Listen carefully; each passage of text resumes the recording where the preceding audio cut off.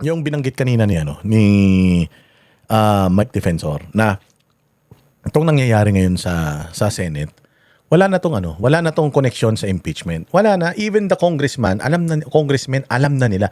The fact na nagsasalita si Asidre na ayaw niyang bakit daw isinasabay pa sa impeachment yung Blue Ribbon Committee hearings. The fact na ayaw nila na isabay sa impeachment yung Blue Ribbon Committee hearings dahil ayaw nila ng Blue Ribbon Committee hearings.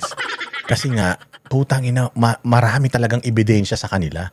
Marami talaga na kapag pinuntahan mo yung mga pinuntahan mo yung mga proyekto ng mga kaalyado ni Bongbong Marcos, lahat putang ina puros ghost project. Diba kinuwento ko na sa inyo?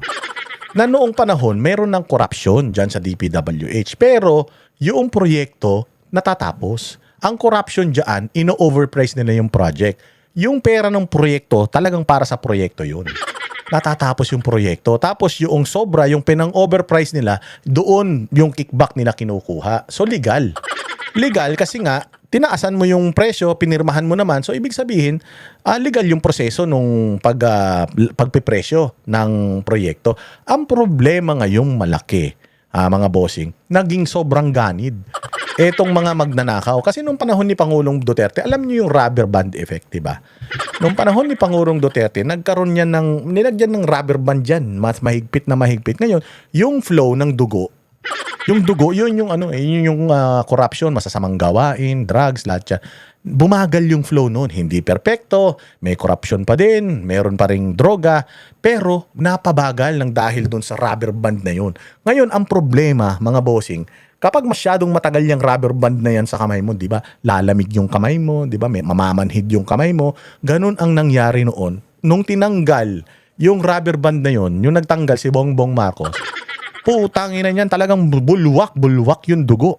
So ganun ang ginawa nila, bumulwak yung kanilang pagiging ganid dahil kailangan natin tumodo na ngayon. Kasi pag hindi tayo tumodo ngayon, uupo na naman yung mga Duterte, hindi na naman tayo makakapangulimbat. Kaya doble-doble na natin ngayong pagnanakaw. Tangina, lahat, pati yung budget noong tulay, yung budget ng proyekto na overpriced, kinuha pa nila. Dati ang pinaghahatian nila, yung pinatong nilang presyo. Ngayon, pati yung presyo ng proyekto, ninakaw na nila. Tinaniman lang nila ng mga bakal tapos iniwanan na nila. Pinaliwanag ko na yan sa inyo di ba? Paulit-ulit ipapaliwanag ko yan sa inyo. Hindi ako mapapagod para maintindihan nyo kung gaano ka-demonyo talaga itong gobyerno na ito. Ngayon, ito na. Dahil yan dyan. Hindi na yan sa impeachment. Wala na yan. So itong mga nangyayari ngayon, at hindi lang si Jinggoy Estrada ang huli. Marami pang mga susunod dyan. Lalabas na rin yung ICC warrant ni Bongo. Magtatago na rin si Bongo. Ganyan ang mangyayari ngayon sa Senado. Talagang wala, guguluhin talaga nila yan. Tapos they will make it look like si Alan Peter Cayetano may kasalanan. Pero si Alan Peter Cayetano ba nagdidemanda sa mga kasamahan niya? Bakit siya may kasalanan? Dapat nga sinusuportahan natin siya dahil obvious na ayaw nila kay Alan Peter Cayetano. Obvious na gusto nilang makuha yung Senate presidency para makapagsalpak na naman sila ng tao na kasing gago ni Lacson dyan sa Blue Ribbon at hindi sila lahat maimbestigahan. Yun lang. Pagka meron kayong kausap, may nagtatanong sa inyo, ano namang relevance ni Alan Peter Cayetano? Mga gago. Ang relevance, ang pinaka-importante na nandiyan dyan si Alan Peter Cayetano, kinuha ni Alan Peter Cayetano sa mga sindikato yung Blue Ribbon Committee at naglagay siya ng tao na talagang mag-iimbestiga dyan. Walang kahit sino talagang tatamaan yung totoong investigasyon. Yun. Hindi, this is not about impeachment. Impeachment before pa even the Supreme Court, tinabla na yan wala na yan. Ang ginagawa lang nila dyan, paninira lang kay Inday. Hindi yan sila, hindi yan lulusot sa Senado. Kaya nga, wala na rin masyado nagsasalitang congressman Wala na. Nasa Blue Ribbon Committee talaga ang problema. At dahil dyan na yan, si Jinggoy Estrada na aresto. Pero matapang si Jinggoy, palakpakan natin. Hindi siya nagpagapi. Hindi siya nagpagapi sa mga abuso sa Pilipinas. I'm already receipt of the warrant of arrest issued against me by the 5th Division of the Sandigan Bayan. Nais ko lang pong bigyan din ang mga bagay na ito. Naawa ako dito kay Jinggoy Estrada. Alam mo kung dito ako talaga namuwi ng sobra. Banas na banas ako sa mga tulfo, sa totoo lang. Pero mas nabanas ako, alam niyo kung kanino. Kay JB Ejercito. Bakit? Ang JB Ejercito, nandiyan ka pa rin sa minority. Nakita mo ang ginagawa nila sa kapatid mo. Kapatid mo to. Sa burat kayo parehas ni Erap nang galing. Sa isang betlog kayo nang galing. Putang ina ka, JB Ejercito ka. Oo, hindi naman nagkakalayo ang mukha nyo ni Jinggoy, pares kayo mukhang betlog. Sa totoo lang, wala kayong pag tiningnan nyo yung mukha ni Erap, putang ina, para kayong mga pinagbiyak na mga santol. Oo, galing kayo parehas sa itlog. Bahay similya ni Jinggoy. Sa isang butas kayo dumaan po taragisam. Sa ibang ano nga lang kayo. Sa ibang ano nga lang kayo nabuo. Ibang matris lang kayo nabuo. Pero kapatid mo pa din yan. Mantakin mo.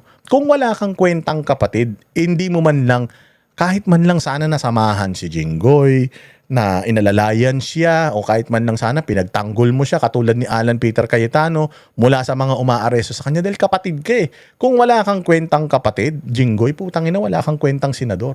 Kung yung kapatid mo hindi mo kayang protektahan, di lalo na yung constituents mo. Ganyang walang kwentang tao, JB Ejercito. Oo, dito talaga ang nangyari dito, ang the good one, ito na si Jinggoy, ang bad one si Ejercito eh. Putang ina, motor lang ng motor kasama si Jet Li. Ewan ko, nililigawan yata si Jet Li. Putang ina niya. Pero putya, kapatid, ang bait sa ibang tao. Pero sa kapatid, hindi mo naman kailangang ipagtanggol si Jinggoy. Pero ipakita mo man lang na nakasuporta ka sa kanya. Kapatid mo yan eh. Galing kayo sa isang tatay eh. Kahit na anong pinagkakagalitan yung dalawa, ano ba pinagkakagalitan yung dalawa kasi? Tanginan yan. O kahit na anong conflict yung dalawa, pagdating sa mga ganitong bagay, you show support. So ibig sabihin, if something happens to Jinggoy, let's say for example, mamatay si Jinggoy, di ka pupunta dahil sa galit mo sa kanya. Wala kang kwentang tao. Kung ikaw, Jinggoy, wala kang kwentang kapatid, wala kang kwentang senador.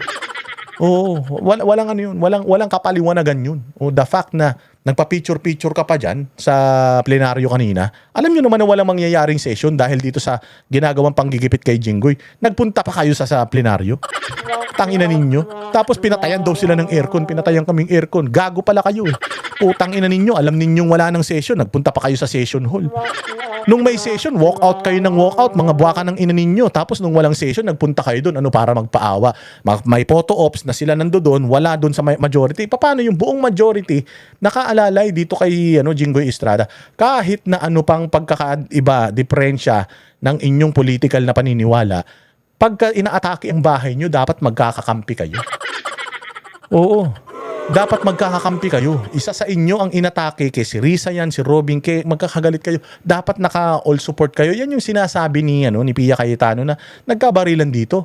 Ni hindi man lang kami kinumusta o katulad niyan, hinaharas yung isang senador, colleague ninyo. Hindi nyo man pinuntahan para kahit na papaano sumuporta kayo bilang isang tahanan. Putang ina, ganyan kayo ka-traidor.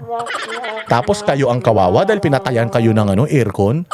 Tanga, walang session, kaya walang aircon dun. Ba't nandudong kayo?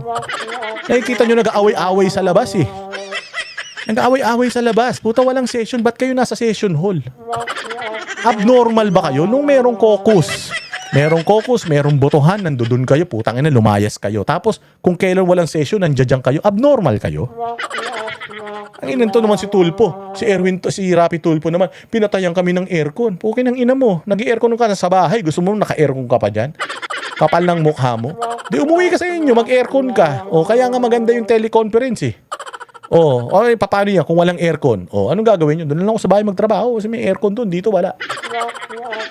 Tanginan yan, abnormal lang po siya. Pinalalabas niya, pabiktima sila, na pinatayin sila ng aircon. Gago, ito nga, kinulong Kinulong nga ito, hindi nagre-reklamo. Ikaw, Rapi Tulpo, napatayan ka lang ng aircon, wala lang aircon, nagre-reklamo ka na. Sumbong mo kay Tulpo. Abnormal ka. I will remain firmly with the majority bloc under the leadership of Senate President Alan Peter Cayetano. Hindi ako matitinag sa anumang panggigipit, pananakot, political maneuvering para talikuran ang aking paninindigan. I will not yield to threats. I will not be intimidated. I will not be pressured into surrendering my independence of judgment. I am giving instructions to the Senate Secretary to put on hold my salary. Personal kong pasya ito upang ipakita sa sambayan ng Pilipino na wala akong intensyon makinabang sa pondo ng bayan habang nililinis ko ang aking pangalan.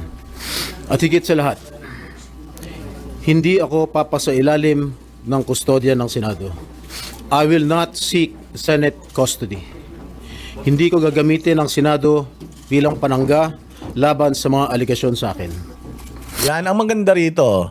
Yung aligasyon sa kanya nililitis sa korte dito sa Pilipinas. Kaya wag nating ikukumpara si Jinggoy kay Bato. Kasi si Bato ipapadala siya sa ICC, ibang usapan yun. Si Bato susuko man yan kung dito sa korte sa Pilipinas. Kaya nga siya humihingi ng desisyon sa Korte Suprema na kailangan magkaroon siya ng kaso dito sa Pilipinas. Kaya ikulong siya, okay man lang. Basta dito sa Pilipinas, wag sa ibang bansa. Kasi mahirap sa ibang bansa. Kasi syempre, ibang bansa yun eh. Kaya so si Jinggoy, so hindi mo pwedeng ikumpara si Jinggoy dito kay Bato de la Rosa. Kaya si Jinggoy susuko siya kasi yun naman talaga ang plano nila eh. Pag may kaso, nila yun? Yun din naman ang sinabi nila kay Bato eh. Sasampahan si Bato ng kaso rito kung ang warrant of arrest niya is Pilipinas, then we will surrender him. Wag lang sa ibang lahi kasi ibang usapan yun. Nakahanda akong ipagtanggol ang aking sarili sa hukuman at hindi ako magtatago sa likod ng institusyong ito upang umiwas sa proseso. Ipagtatanggol ko hanggang sa huli ang aking sarili para patunayan na walang batayan ang mga paratang sa akin. Kalokohan ang lahat na ito. Mismo ang Senate Legislative Budget Research and Monitoring Office o LBRMO ang nagsabi sa ombudsman na wala silang anuman dokumento o record na nagpapakita na ako ay nagpasok ng anuman insertion sa 2025 national budget. Ang mahalagang impormasyon nito ay kinilala pa mismo ni dating Senate Blue Ribbon Chairman Senator Panfilo Lacson bilang isang makabuluhang ebidensya na sumasalungat sa mga aligasyong binabato laban sa akin. So how can the Office of the Ombudsman file a plunder case against me when I am not even alleged to be part of or the mastermind of the supposed scheme? Wala po akong kinalaman dyan. Ngayon ko lang po isa sa publiko ito. Maraming beses po ako inalok na talikuran ang independent majority bloc kapalit ang pagbabasura sa aking kaso. Diba? Ganun sila kademonyo. And why are they trying to do that? Bakit ginagawa nila kay Jinggoy, kay Cheese, dito kay Villanueva? Kasi nga gusto nila magkaroon ng numero for them to get back yung power, yung Senate presidency. Is that for the impeachment? Hindi talaga sa impeachment kasi yung rules of impeachment na-adapt na nila eh. Magsisimula na lang yung rules of yung impeachment proceeding. At pagdating ng impeachment, hindi sila majority and minority. Buo sila, 23 sila. 23, 24 sila. Buo sila nun. Ang gusto nilang makuha, numero para maging 13 sila at may upo nila kung sino yung gusto nilang Senate President at yung mga committee chairmanship makuha nila. Pinaka-importante sa lahat, yung flood control, yung Blue Ribbon Committee. Gusto talaga nilang makuha yan para hindi na lumabas masyado yung mga pangalan ng kung sino yung mga sangkot dyan. Walang connection ito sa impeachment. Itong mga nangyayari ngayon dahil yan sa Blue Ribbon Committee hearings na bubuksan, lalong-lalo na yung nangyaring barilan dyan sa Senado. Yan talaga ang rason yan. Wala nang iba. Ngunit, hindi ko po ito tinanggap. Mas nanaig ang paninindigan ko na ako'y manatili sa hanay ng mga kasamahan ko sa independent majority bloc. I stand my ground. Ngayon kung tatanungin niyo kung sino sila, abangan ninyo ang susunod na kabanata.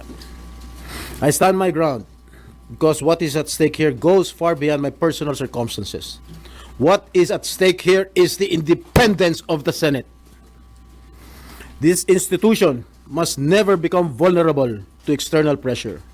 It must remain free from political coercion, free from undue influence, and free from any scheme designed to weaken its constitutional role as a co-equal and independent branch of government. If this is the price I must pay for the decisions I have made and the principles I have chosen to uphold, then I am prepared to face the consequences, however difficult they may be, especially for my family. I will not be broken by accusations, nor will I yield to political pressure. I will meet these charges head on, defend my honor through due process, and place my faith in the truth. I will be proceeding now to the CIDG to voluntarily surrender myself. Maraming salamat po. Diba? Palakpakan natin si Jinggoy. Jinggoy, huwag ka mag-alala. Nalusutan mo na yung una eh. O alam mo na kung paano lulusutan ulit ito, lalong-lalo na wala kang kasalanan. Hindi, ito lang kasi yan. Imagine ninyo. Kung nakulong ka na nang wala kang kasalanan, gagawa ka pa ba ng kasalanan? Will you commit the same mistake, the same problem, 'di ba? Kung nadali na siya noon sa PDAP, sa corruption din yun eh, yung sinampa sa kanyang kaso noon na na-acquit siya, na-clear niya yung kanyang pangalan. Pero alam ko meron siyang guilty sa isang bagay, pero wala eh, nalusutan niya pa rin naman yun. So ibig sabihin, wala siyang conviction, mga bossing. Nalusutan niya yun, malinis siya. Wala siyang kaso o wala siyang conviction. Ngayon, ito, kung nangyari na yun sa iyo noon, siguro naman natuto ka na. Bakit ka pa magdanakaw kung yung dati nga hindi ka nagnakaw, nadali ka pa? Di ba? Bakit ka magdanakaw? Kaya nga ako naniniwala. Ito si Jinggoy, si Bong Revilla. Si Bong Revilla, naniniwala ako. Kaya yan tinrabaho. Dahil sa Cavite. Cavite politics yan, mga bossing. Ang tumira sa kanya, puros Caviteño. Remulyas, Lacson, tapos DOJ, lahat yan, puro tiga Cavite. Oo, politika ng Cavite yan. Yung kay Bong Revilla. Kaya una siyang tinrabaho. Pangalawa, ito si Jinggoy Estrada dahil naman dito sa away na ito sa Senado. Dahil yan dyan. Dahil gusto lang nilang makuha yung numero. Kaya nga salita sila ng salita na may makukulong. Merong lilipat dyan. Ako rin, hindi rin ako nagtataka kung may lilipat. Kasi yung ganitong, sino ba naman gustong makulong, di ba?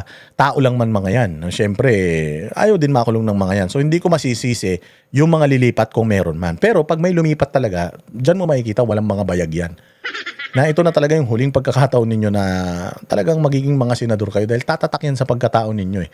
Ito si Jinggoy ngayon, ang tingin ng taong bayan, karamihan, nakikita ko yung mga comment section sa social media eh. Karamihan ng mga tao, mga bossing, nakikisimpat siya sa kanya eh. Samantalang dati plunder na naman, ginawa na naman niya.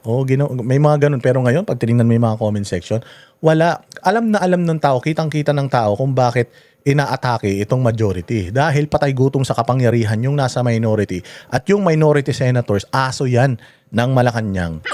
At yung minority senators na yan, nabubulungan na yan ng mga sangkot dyan sa flood control scandal na yan. Mismong si Erwin Tulfo, sangkot dyan. Lumabas yung kanyang pangalan sa mga nadidelibera ng maleta. 4 na maleta nga daw, di umano eh. Yung nadeliver dyan. Kaya talagang gagawin nila ang lahat para hindi matuloy yung Blue Ribbon Committee hearings na yan. Dahil lalabas yung mga pangalan nila. If this happened to Jinggoy Estrada, dahil lang binanggit siya nitong state witness nila na magnanakaw dyan sa DPWH, what more? Pagka nagkaroon ulit ng hearing at nabanggit din yung mga pangalan nila, will the ombudsman do the same? Gagawin ba ng ombudsman yung ginawa dito kay Jinggoy Estrada at kay Bong Revilla na ang tanging ebidensya na meron testimonya noong whistleblower kuno? Diyan tayo magkakaalaman. Kaya excited tayo sa Webes kapag ka nag-open yung Blue Ribbon Committee hearings. Okay na? No more question, guys. Pagyan ko putra sila sa CIDG.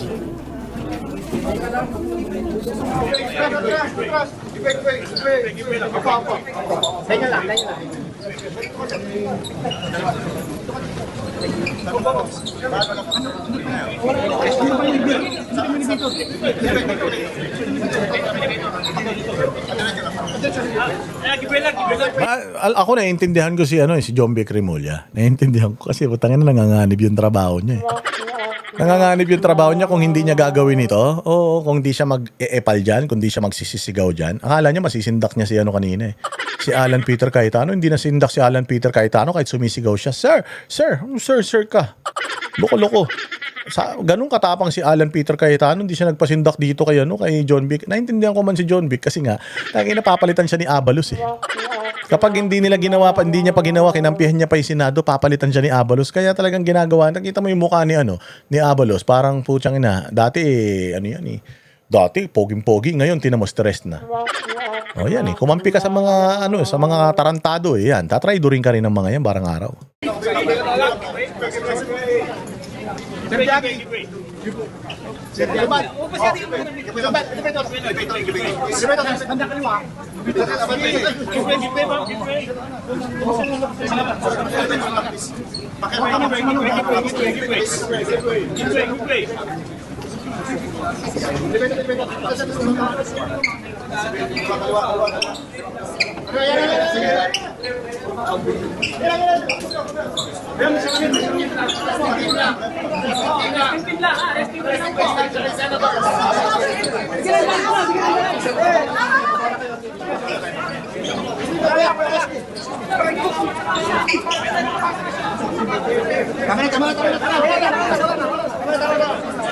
Tignan mo, nagkakagulo dito sa labas. Tapos yung 11 minority senators, sa plenaryo sila. May session daw kasi. Putangin na ninyo. Ina-arresto yung isang kasamahan nyo. Nagpunta kayo sa plenary session hall. Sa plenary hall. Tarantado pala kayo Siyempre, ang ina niyan, puro kayo pa photo ops. Ang ina, nandoon pa si JBA Harris ito. Ina-arresto yung kapatid niya. Puta, hindi man lang niya dinamaya. Ganyang katarantado yan.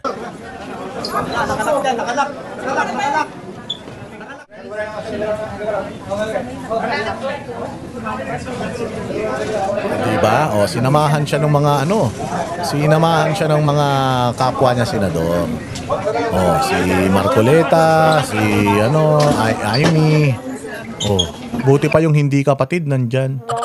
Yung kapatid wala. Putanginan yan. Walang inuurungan.